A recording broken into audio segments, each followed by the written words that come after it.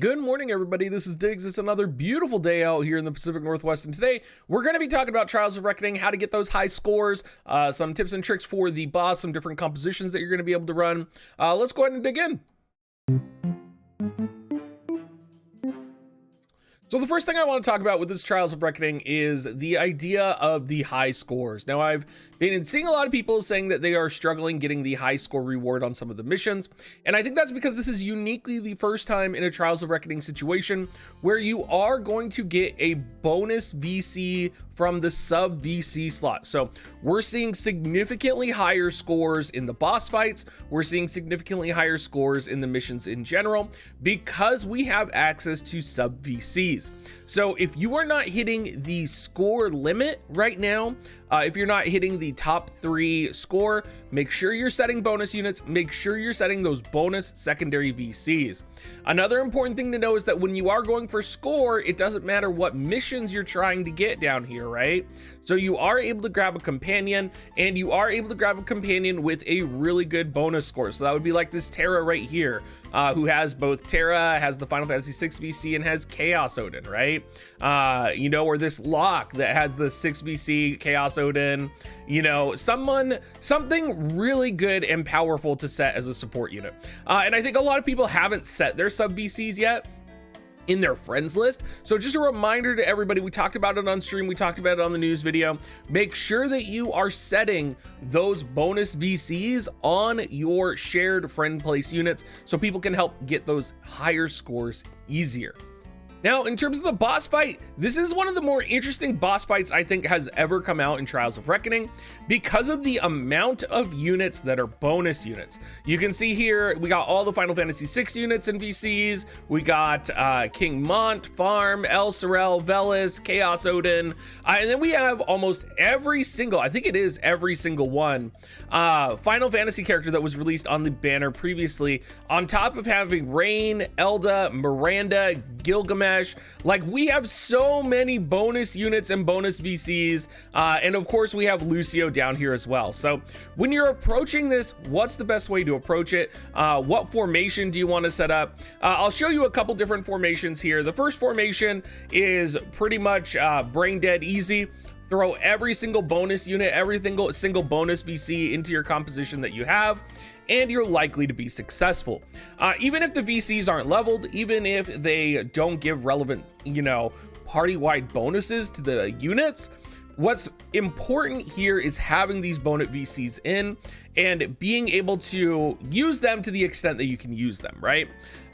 We are at a point now where the sub VC stats on the VCs and the main VCs are almost more important than the party-wide buffs that the VCs offer in terms of Trials of Reckoning, because no matter what, you're going to want to set them for that bonus. So in this situation, I don't have another fire unit in here besides Terra, but I'm still putting the fire unit VC on her. I don't have ice units in this formation at all, but I'm still putting the XL bonus VC on Terra, and it's literally level 1. Like, this VC is literally level 1 right now. And the reason it's on there is for bonus and because it's going to help just a little bit with the base stats. So the first and foremost thing I think a lot of people are underestimating in this kind of newish Trials of Reckoning is the power of the bonus VCs and the units. Now, Kefka himself is weak to water. He's susceptible to slow. He's also susceptible to slash damage. So with that, you have a variety of formations that you could use in order to beat him. Probably the most accessible formation to everybody in the game is going to be the light slash formation. Literally, there are 3 units that everyone has access to that could easily be, you could call this the free-to-play formation, I guess, if you want. But you can take Cecil, you can take Lucio, you can take Locke. I personally have Rob and I have El Sorel in this formation, and this formation works pretty good. This formation is not perfect. This formation is not going to be the best formation ever, but you're still going to be able to hit 14k on the hard boss fight with this formation. You may hit 12k, you may hit 13k, you may hit 11k, depending on what bonus VCs you have or the positioning of your units. I found that you know, the amount of changing and adjusting that I make in my formations this time don't seem to have a huge impact. I seem to cap out at about 15,000, which is the 25th highest score right now. I think a lot of the kind of high score teams and buildings are kind of built around the outside of the formation, so making it so that you can kill the cactuars. So I haven't modified this formation to find a way to kill the cactuar on the outside, but you can notice that I do have Lucio on the left side because Lucio is going to be able to kill the cactuar. So of course, you know, they're coming in, they're light slash chaining Kefka here, and we're going to resolve before turn 30, so we're going to get a reasonably high score here. I kind of wonder if it would be worth it to set max damage limit up. That's something I haven't experimented with. I haven't experimented with potentially removing one of the sub VCs and kind of messing around with it. You can see this formation got 11,000, which to be able to get an 11,000 previously, right, 58 tokens here.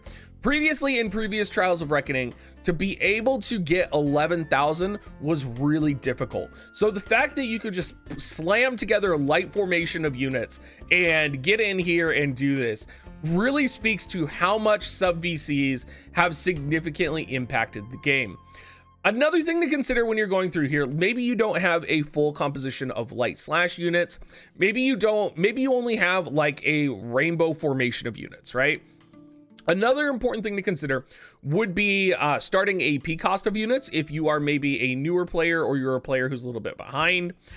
We have Terra, we have Celeste, we have access to Miranda as a bonus unit, right? So you could absolutely run, for example, a water formation, right? So you can see I've been testing out Miranda because Miranda, of course, has access to jamming thrust. She has access to initial AP up. She starts with a little bit of a higher AP.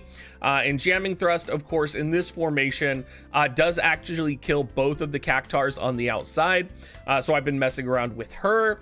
There are other units you can mess around with for your formations, such as like Golbez would be a good one for potentially reaching the outside. Same with Prompto, right? These are both going to be units that, you know, maybe you have.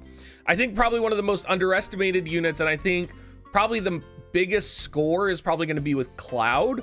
I think, you know, most players have Cloud. Most players have, you know, access to some type of slash composition with all of these units, because candidly, you're here playing this game because you love Final Fantasy, right?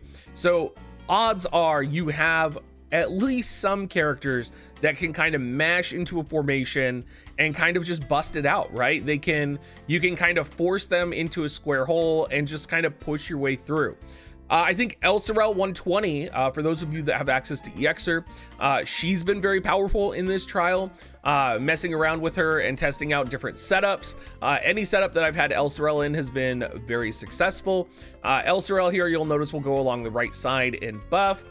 You do have to be aware of the buffs in this Trials of Reckoning, because if you have certain buffs on Locke, if you have certain buffs on Cecil, they will prioritize buffing units as opposed to actually dealing damage. So you're going to need to adjust things quite significantly.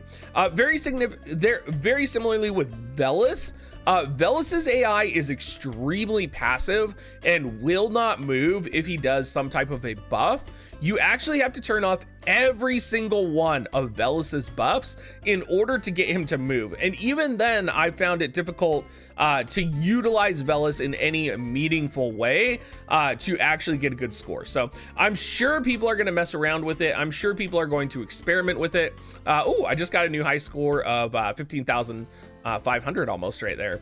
But I feel like Velis is kind of almost a trap in terms of he doesn't seem to perform very well. You're going to have much more success with, you know, Miranda and her initial AP up. Even Miranda level 99, the fact that she has access to jamming thrust and there's a lot of fire enemies on the map, jamming thrust with that huge range is going to let you potentially, if you put her in the far left slot, that's the 4th slot where farm is. Right now, there's a lot of fire units in that 4th slot where you put that unit. going to be really good. I do like Locke in slot 1 because he usually opens up running forward and killing the dark unit. For those of you that don't know, in Trials of Reckoning, you get more points if you kill units if you are an elemental type advantage against them. So being able to match up the elemental types and deal damage accordingly is very powerful. And again, I haven't messed with Cloud. I think Cloud, there's no, as far as I can tell, water units on the map. So I don't know that water is going to be, you know, a unit that would be exploited, because you want to try and exploit the elements if possible. I know a couple people have been using King Mont with limited success, and I haven't tried Gilgamesh. I could see a formation where you put Gilgamesh on the left side of the map and you have him use Kotetsu potentially to knock out the entire left flank, and maybe even 1 or 2 hits. Could be very powerful. You might run into AP issues there. Same with Golbez. I could see that happening. Rosa also underestimated significantly. If you are wanting to benefit from maybe that magic up VC, bringing Rosa in as a archer could be really good if you're wanting to deal with ads, just because she has that initial AP, right? So she can go into archer mode and deal with the ads. The other problem with the ice element that I've been seeing in this Trials of Reckoning, as I've been testing with it throughout the day today, the ice units just don't deal a ton of damage to Kefka. Like, you need to run Slash, you need to run either water or light or some type of elemental advantage. Kefka just seems to resist anything that is ice, whether it's ice magic, whether it's ice slash. Like, yes, Slash is going to be good no matter what, but he just seems to completely resist that. I haven't messed around with Aranea or Noctis too much. Tifa I could see being really good, because Tifa of course has access to Sub Paladin. She can access Blade Bash. Oron would be tricky. Again, he's Slash, but he's ice. I could see it working. He's been good in other Trials of Reckoning, but I think honestly you're going to be spending a lot of your time working with the 3 Final Fantasy VI units, particularly Locke and Terra. Celeste hits cap damage quite frequently if you do put her in the right slot against Kefka, so she's very powerful against him. And again, it's almost like Celeste, El Sorel Farm, and Terra can make quick work of him. So that's been my basic approach. In terms of the missions that I've been farming, I think actually normal 5 is going to be better and faster, just because it's such a quick paced mission. I think I'll be getting through that relatively faster than doing hard 3. I haven't ground everything out yet, because again, NRG is tough right now, guys. Like, there is so much NRG that I need. Like, it's painful needing the amount of NRG that I need right now. So anyway, hopefully this video helped you guys. I'm curious to see what the high scores are currently. I know I'm currently ranked number 23rd at about 15,500. I talked to the French guild Crystal Keepers. They currently have the highest score, and that might change by the time this video comes out. They currently had the highest score on the hard boss at 18,000. And I was trying to sneak some secrets from them, but with the time difference, it was a little difficult. So shout out to Crystal Keepers for doing such a good job. Specifically Ruin. I've hung out with Crystal Keepers for a long time. They're a really cool active French guild, and love to see them hitting the top. So thanks so much, everybody, and I hope you guys all have a great rest of your day.